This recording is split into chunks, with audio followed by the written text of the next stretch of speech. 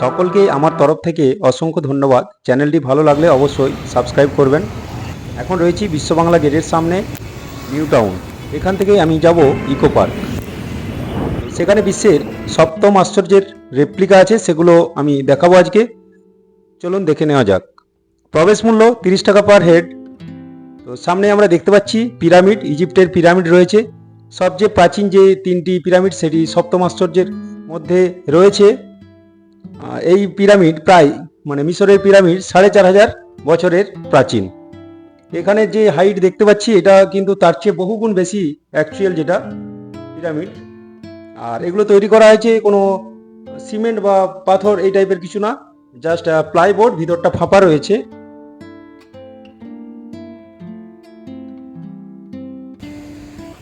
আমি এখন রয়েছি নিউ টাউনের কাছে ইকো পার্কে।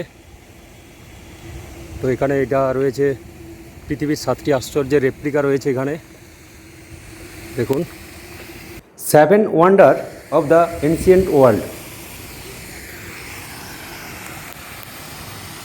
এটাই প্রবেশ মূল্য আলাদা করে 30 টাকা লাগলো, আর পার্কে ঢোকার জন্য 30 টাকা।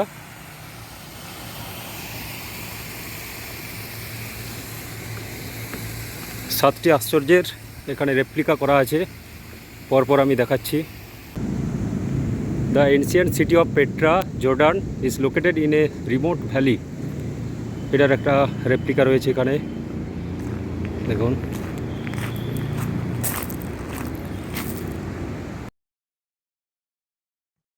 যীশু খ্রিস্টের জন্মের প্রায় 300 বছর আগে এই শহর গড়ে উঠেছিল, অর্থাৎ এই শহরের বয়স 2300 বছরের মতো। এখানে সমস্ত কিছু বাড়ি, মন্দির, মূর্তি পাথর খোদাই করে তৈরি করা হতো।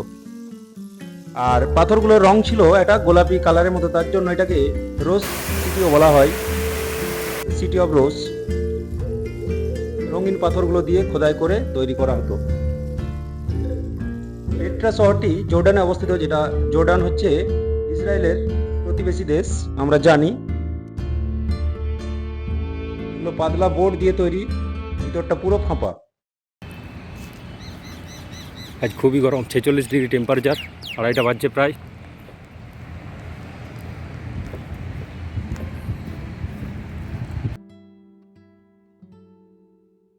এটি যীশু খ্রিস্টের মূর্তি, খ্রিস্ট দ্য রিডিমার, ব্রাজিলে অবস্থিত একটি পাহাড়ের উপরে সৌচ্চ একটা যে মূর্তি রয়েছে, সেটাও একটা সপ্তম আশ্চর্যের, তারই রেপ্লিকা এটি। এটি 1931 সালে তৈরি করা হয়েছিল। এরপর আমরা যাব ইস্টার আইল্যান্ড, যেটি প্রশান্ত মহাসাগরের মধ্যে চিলি দেশের অন্তর্গত একটি দ্বীপ। সেখানেও তো পূর্বপুরুষদের স্মৃতির উদ্দেশ্যে এইসব পাথর খোদাই করে খুবই সৌচ্চ বড় বড় মূর্তি তৈরি করা হয়েছিল। এগুলিও খুব প্রাচীন।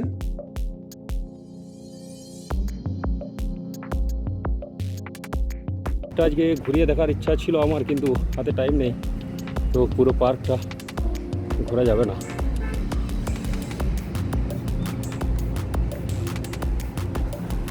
এগুলি সম্ভবত 1300 থেকে 1600 এরকম টাইমে তৈরি করা হয়েছিল। আরও দু একটি রয়েছে, আমরা সেগুলো দেখাবো। চলুন। তাজমহল ভারতের আগ্রাতে অবস্থিত, 1632 সালে তৈরি হয়। এটি সবচেয়ে এখানে দেখতে ভালো লাগছে, এটাও পুরো ফাঁপা।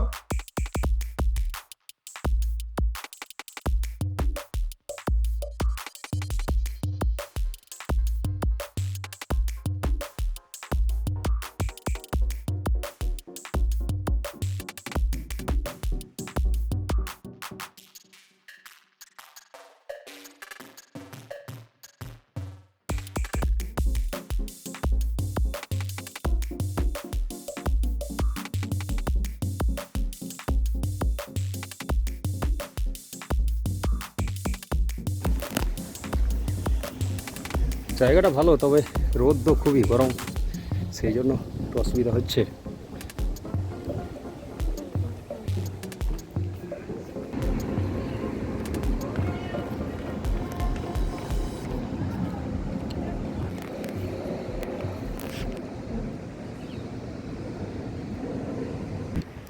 গ্রেট ওয়াল অফ চায়না, চীনের প্রাচীর, সপ্তম আশ্চর্যের একটি গ্রেট ওয়াল অফ চায়না।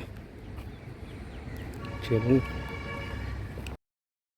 চীনের প্রাচীর প্রায় যীশুখ্রিস্টের জন্মের 220 বছর আগে তৈরি হয়েছিল, অর্থাৎ 2200 বছরের পুরানো। এর দৈর্ঘ্য 21,196 কিলোমিটার। চীনকে সুরক্ষিত করার জন্য বহিঃশত্রু থেকে এই প্রাচীর তৈরি করা হয়েছিল। আর সিঁড়িটা তো কংক্রিট দিয়ে করা আছে, এই যে এগুলো শব্দ শুনলে বুঝতে পারবেন, প্লাই।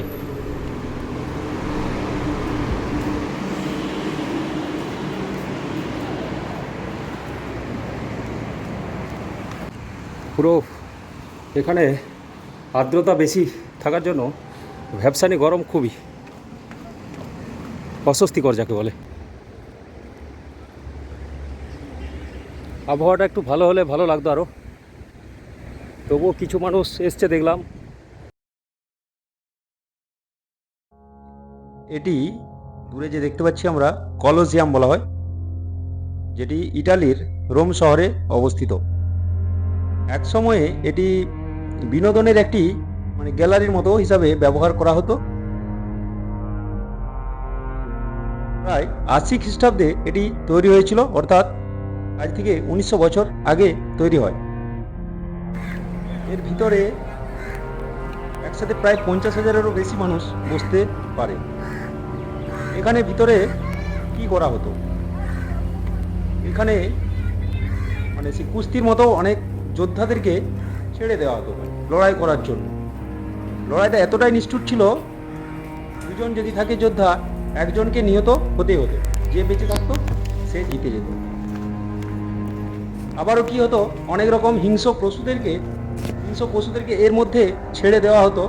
সিংহ, বাঘ, ভালুক, এই টাইপের হিংস্র জন্তু জানোয়ারদের ছেড়ে দেওয়া হতো। তারপর কি হতো, একজন ব্যক্তিকে এর মধ্যে নামিয়ে দেওয়া হতো।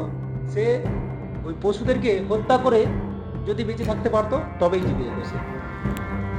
এতটা নিষ্ঠুর একটা বিনোদনের আয়োজন করা হতো তখনকার দিনে।